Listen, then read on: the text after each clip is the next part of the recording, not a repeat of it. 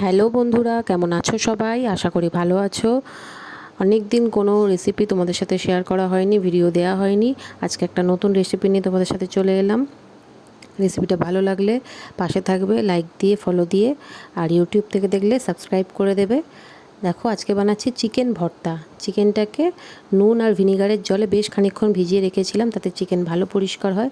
সেখান থেকে খানিকটা সলিড চিকেন নিয়ে প্রেশার কুকারে দিয়ে গোটা গরম মশলা দিয়ে একটা সিটি দিয়ে দিয়েছি। মশলাটার জন্য কড়াইতে বাটার দিয়ে গোটা গরম মশলা দিয়ে তাতে পেঁয়াজ কুচি, রসুন কুচি, আদা কুচি, টমেটো কুচি, কাঁচা লঙ্কা কুচি দিয়ে খানিকক্ষণ নাড়াচাড়া করে বেশ খানিকটা কাজু বাদাম আর পোস্ত দিয়ে আরও খানিকক্ষণ নাড়াচাড়া করে মশলাটাকে একটা মিক্সিং জারের মধ্যে নিয়ে নিয়েছি।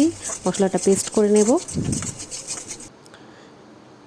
এরপর কড়াইতে আরও খানিকটা বাটার দিয়ে ওই পেস্ট করা মশলাটা দিয়ে দেব। তার আগে দেখো, সেদ্ধ করা চিকেনটাকে একটু ছিঁড়ে ছিঁড়ে টুকরো করে নিয়ে রেখে দিয়েছি। চিকেনের জলটা মানে স্টকটা ফেলবে না, ওটাতেই চিকেনের এই রেসিপিটার টেস্টটা ভালো হয়। কড়াইতে দেখো বাটার দিয়ে মশলাটা ঢেলে দিয়েছি, দিয়ে বেশ খানিকক্ষণ নাড়াচাড়া করে নিয়ে তাতে কিছু গুঁড়ো মশলা অ্যাড করব। লঙ্কা গুঁড়ো, জিরে গুঁড়ো, হলুদ গুঁড়ো, নুন আর কাশ্মীরি লঙ্কা গুঁড়ো একটু কালারের জন্য দিয়ে দিয়েছি। দিয়ে খানিকক্ষণ নাড়াচাড়া করে সেদ্ধ চিকেনটাকে অ্যাড করে বেশ খানিকক্ষণ রান্না করে নিতে হবে। আর ওই চিকেনের ওই স্টকটা দিয়ে অল্প অল্প করে দিয়ে রান্নাটা করতে হবে। তারপর কাঁচা লঙ্কা কুচিয়ে দিয়ে ভালো করে নাড়িয়ে নিলাম। চিকেনের জলটা দিতে থাকতে হবে, দিয়ে রান্না করতে হবে।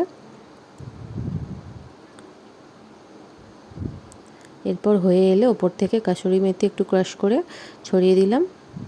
একটা ডিম সেদ্ধ করে কুচিয়ে রেখে দিয়েছিলাম, সেটাকে দিয়ে ভালো করে মিক্স করে নিয়ে